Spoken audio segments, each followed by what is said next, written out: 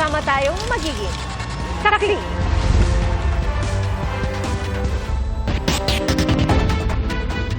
Mga kapuso, bago sa saksi, 120 million pesos na halaga ng peke umunong luxury leather goods ang kinumpiska sa Cavite. Ibinebenta raw sana mga kontrabando sa live selling. Saksi, si John Consulta.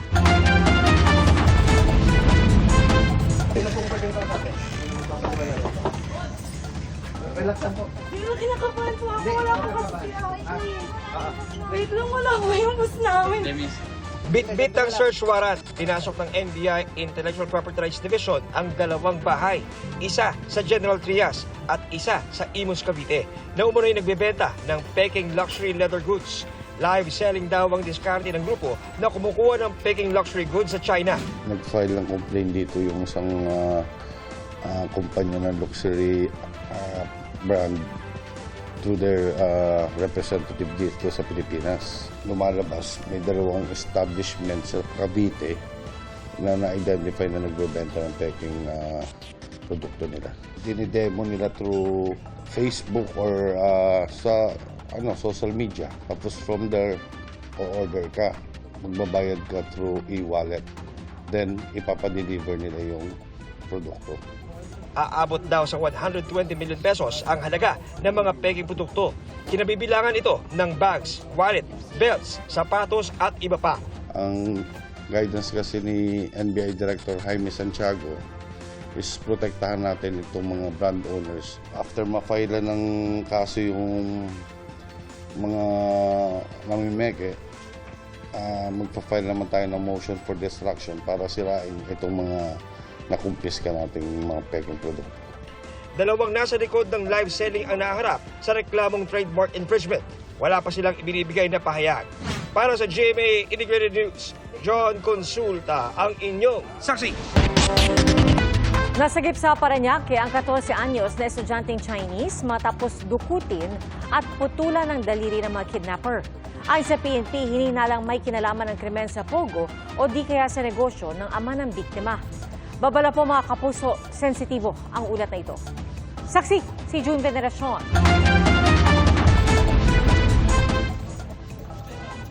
Matapos ang 5 araw sa kamay ng mga kidnapper, nailigtas ang 14 anyos na estudyanteng Chinese. Inabandona siya ng mga kidnapper at natagpuan ng mga pulis sa bahagi ng Macapagal Avenue sa Parañaque kagabi. Agad siyang dinala sa kanyang ama at pagkatapos ito ay dinala sa ospital.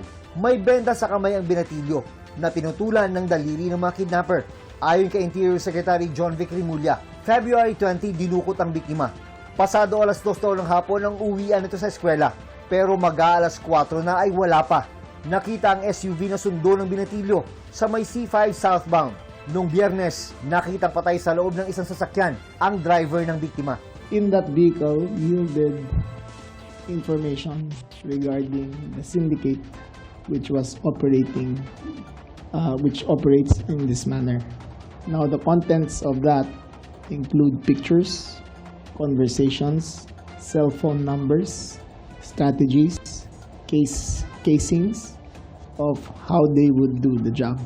Pinatutubo sa halagang $20 million ang binatilyo, pero naibaba ito sa $1 million. Habang may nangyayaring negosasyon, gumagawa na raw noon ng paraan ang PNP Anti-Kidnapping Group para matumbok ang kinaroroonan ng biktima at mga kidnapper. Nung Lunes ay nag-yield na ang AKG ng positive results out of the evidence found nang nagbiting na ng signal ang mga cellphone ng mga abductor. You have to understand that this group is very sophisticated. Yung tawag nila at kung nasaan yung bata ay magkahiwalay na lugar.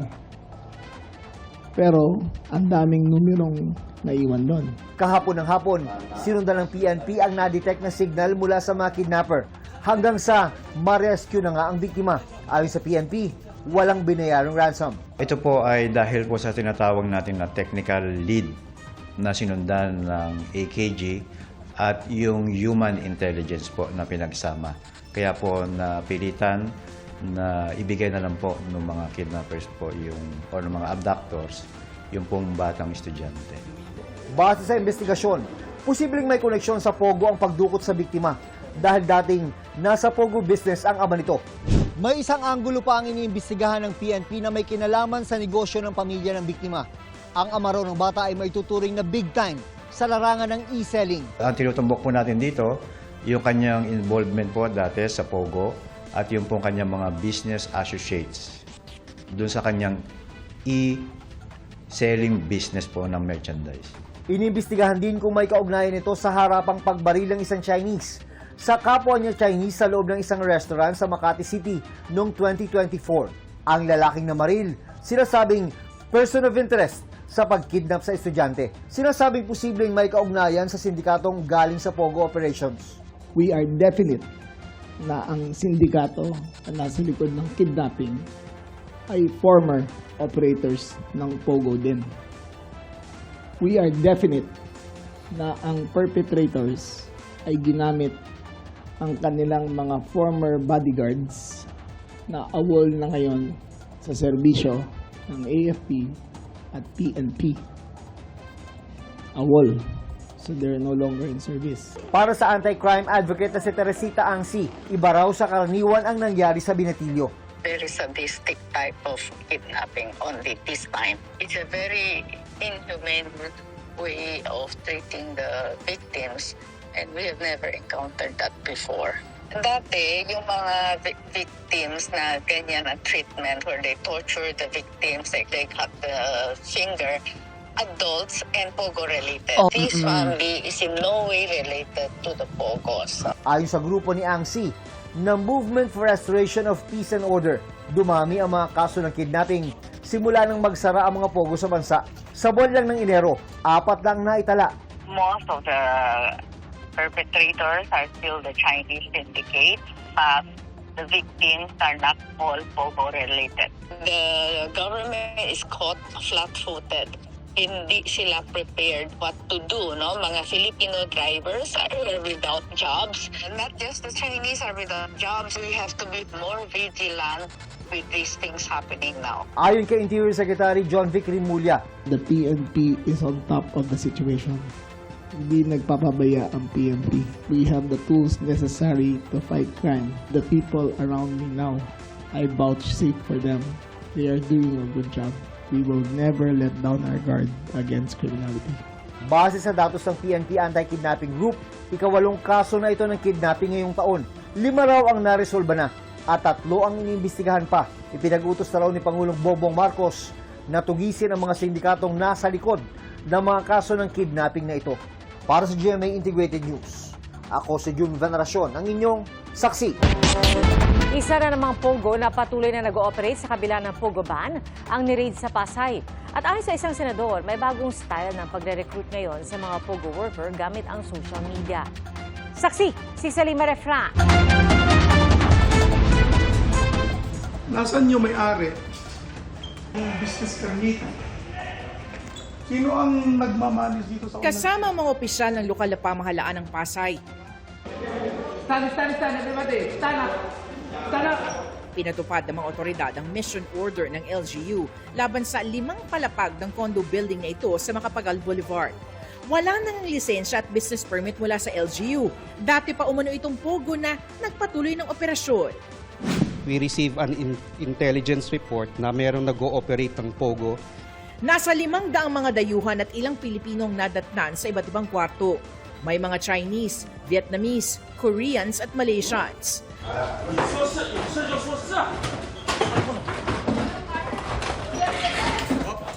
Ang dayuhang ito nagwala ng pagbawalan ng mga otoridad na gamitin ang kanyang cellphone. Agad siyang inaresto. Cannot speak English, I need to translate for them. Ang mga dayuhang ito naman nahuli nang magtanggang tumakas sa fire exit ng gusali. Iba't ibang scam umano ang natuklasan ng mga otoridad sa sinalakay na units.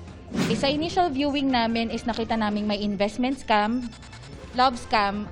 Dito sa ikasampung palapag ng Sinalakay na gusali ay nakakita nitong bulto-bultong mga local SIM cards. Ang mga ito ginagamit para dito, mga text blasters na nagpapadala ng mga mensahe na ginagamit raw sa panggoyo. Nakakita pa ang DOJ Office of Cybercrime ng mga pinapadalang mga amounts o mga halaga gamit ang mga local e-wallets. Indikasyon raw ito na hindi lamang mga dayuhan kundi maging mga Pilipino kasama sa mga nabibiktima. Meron kaming nakitang listahan ng mga pangalan ng mga Pilipinong nagpapadala ng pera. The biggest po is around 5,000. Meron din pong mga 20 pesos, 70 pesos, ganun po. Maaari na yun yung ginagamit nila, yung text blasters ay ginagamit nila panghikayat para makapagbigay ng pera. Anong ginagawa ninyo? Anong operations nyo? Yung operation nila, customer service yun. So, tungkol sa platform, kasi yung platform wala dito, sa ibang bansa yun. So, kami, katulad ako, taga-translate lang para sa kanila. Kasi dati karing ako lang sa lapas. Ako lang papasok lang. Pogo ba to? Hindi. Bakit mo sinabing hindi? Hindi ko alam. Dahil sa mga paglabag, maglalabas ng closure order ang lokal na pamahalaan. Because meron pong violation ng aming ordinansa, kailangan po naming ipadlock ang mga establishmentong nag-operate po ng walang business permit. Obviously, itong grupo ng mga magpupugo na ito, talagang harap-harapan na binabastos na yung batas natin. Na masyado na silang garapal. Despite na may closure order na sila from PAGCOR, nag-ooperate pa rin sila ng full blast. Ayon kay Senadora Risa Ontiveros, may lumulutang na bagong paraan para makapag-recruit ang ilang pogo. Mga kunong travel ads sa simula, pero sa mag-signify ng interest, parang pasa-sign in nila at i-recruit nila sa mga scam operations na pala. At meron na silang mga nabiktima. May 12 mga Filipino naghihintay pang ma-rescue sa Myanmar. Yung at least isa sa kanila ni-rape ng Chinese boss. Ang PAGCOR katuwang na rin daw sa laban kontra sa mga scam hub. Every week ngayon, umiikot pa rin po ang PAGCOR team para siguraduhin yung mga dating pinanggalingan nitong mga ito ay sarado na. Para sa GMA Integrated News, ako si Salima Refra ng inyong saksi. Paimbestigahan ng DILG ang convoy na nasita kahapon dahil sa paggamit ng EDSA busway. Ay kay PNP Chief Romel Marbil na sinasabing sakay ng convoy, may emergency meeting ang convoy patungong Camp Crame. Saksi si Joseph Moro. Naharang sa bahagi ng Ortigas ang convoy na ito dahil sa pagdaan sa EDSA busway. Ang sakay daw ng sinitang convoy. Sino po yan? Sino po? Ay, bawal po dito dumaan, sir. Sinabi ko na po yan eh. Ang idinahilan daw ng tauhan bago umalis kasunod ng pangakong babalik na lamang para magpatiket. Ito sa PNP ko eh. Minumonitor namin yung rally. Sir, wala kayong Pero sabi ngayon ni PNP Chief Romel Marbil, papunta ang convoy sa isang emergency meeting sa Camp Crame. Yung po meeting because there's an operation last night that the SLG will tell you kung ano po yung accomplishment last night. Kasi sabi ko nga there's an emergency, there's a law na talagang pag-emergency, you can use the bus lane. Pero di niya sinabi kung kasama nga ba siya sa naturang convoy. Categorical lang, General, it was your convoy. No, sir, ang sasabi ko, wala na po kaming because ang plate number po kasi nalabas. Okay. I will not say kasi nalabas po yung plate number and have to respect. Yun na po yung inaano natin. Kahit ng PNP ayaw sabihin kung sino ang nasa convoy. Bukod sa pagsabing senior PNP officers ang lulan nito. Yung normal procedure, kung ikaw ay mahuli, i-issuehan ka ng ticket, hindi mo kinakailangan pangalandakan sa mundo yung plate number, pangalan ng mga nahuli mo. Kinumpirma rin ni Interior Secretary John Vic Remulla na ipinatawag niya si Marbil pero giit niya, I did not give instructions to violate any traffic laws to get there. Kahit ako, hindi ako gumagamit ng busway. We have a firm agreement with the MMDA that there is a zero tolerance policy. Well, number one is the regular policy, but number two, it will be investigated as whether it is an abuse of authority or not. Sa memorandum ng Department of Transportation sa MMDA, 5 pinakamatataas na opisyal lamang ng gobyerno ang pinapayagang dumaan sa EDSA busway, ang Pangulo, Pangalawang Pangulo, Senate President, House Speaker at Chief Justice ng Korte Suprema. Kasali rin ang on-duty na ambulansya, truck ng bumbero, sasakyan ng PNP at service vehicles na nagtatrabaho para sa EDSA busway project. Ganon din ang mga bus na otorisado roon ng LTFRB. Makikipag-usap uli ang PNP at DOTR para pag-usapan na baka sakaling magkaroon ng leeway yung mga emergency unit na nagre-responde upang mapagbigyan ng paggamit for as long as merong mga uniform personnel. Sinusubukan din naming makuha ang pahayag ng Transportation Department. Nauna na rin sinabi ng SAIC na ang pag-video at pagsapubliko ng operasyon ay para masigurong walang pag-abusong nagaganap. Para sa GMA Integrated News, ako si Joseph Morong, ang inyong saksi.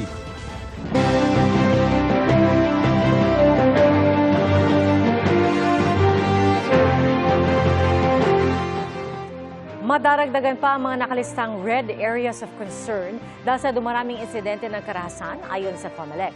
Naharap naman sa panibagong disqualification petition si senatorial candidate Erwin Tulfo.